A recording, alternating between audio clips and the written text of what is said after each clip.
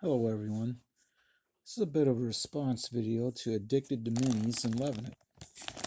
He showed off a bunch of 80% Canadian coins in bags like this.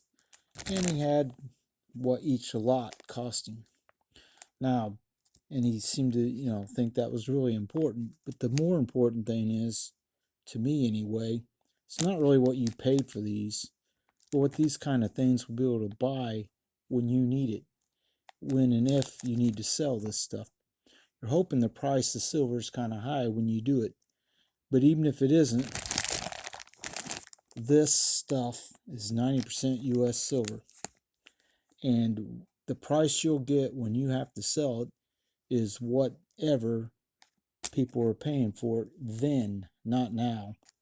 And if things are really bad, you're not going to care what you paid for it. You're just going to be glad you have this stuff, because people will take silver when they think the money is not really worth as much, the paper money.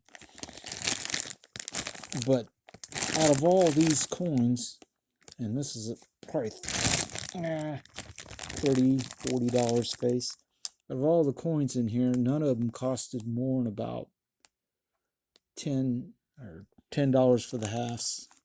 A lot of the dimes were $2 a piece to $2.20 is about the most I paid for any dime in here, and I didn't buy many at that price. Most of the quarters, some of them I got for $4, $4.50, $5. Maybe 5.25 was about the highest I paid for them. But like I said, that's not really going to matter too much in the future, because if you need this and you need to sell it, it will be determined what the price is then, not now. Anyway, all these kind of coins that are worn like this, these are what I kind of like refer to as wavy navy coins. Their value goes up and down with the price of silver. And that's how it is with this. None of these are very collectible, and none of them are going to be more than, or maybe slightly more than melt is about the most you'll get for them. So his 80% silver was Canadian, a lot of it anyway.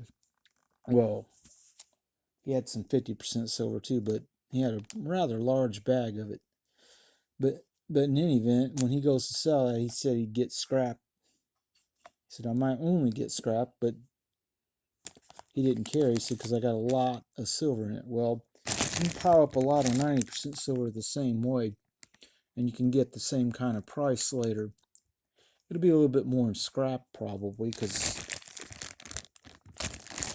I don't know. At one point last summer, my coin dealer offered some guy $7.50 for two half dollars, when melt at the time was about $6.80. Silver is a little bit lower than it is right now.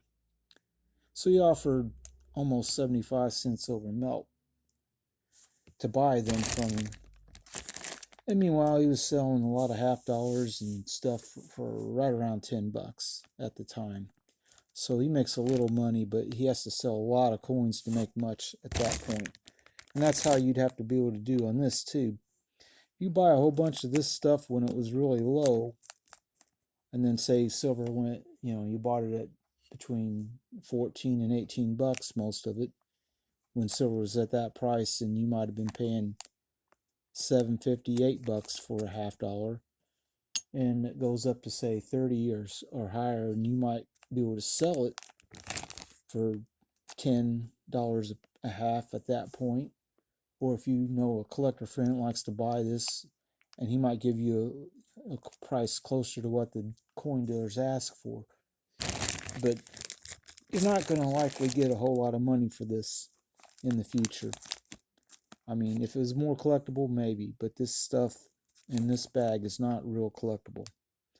Anyway, that's my response about 90% silver versus 80% Canadian. It's kind of the same deal.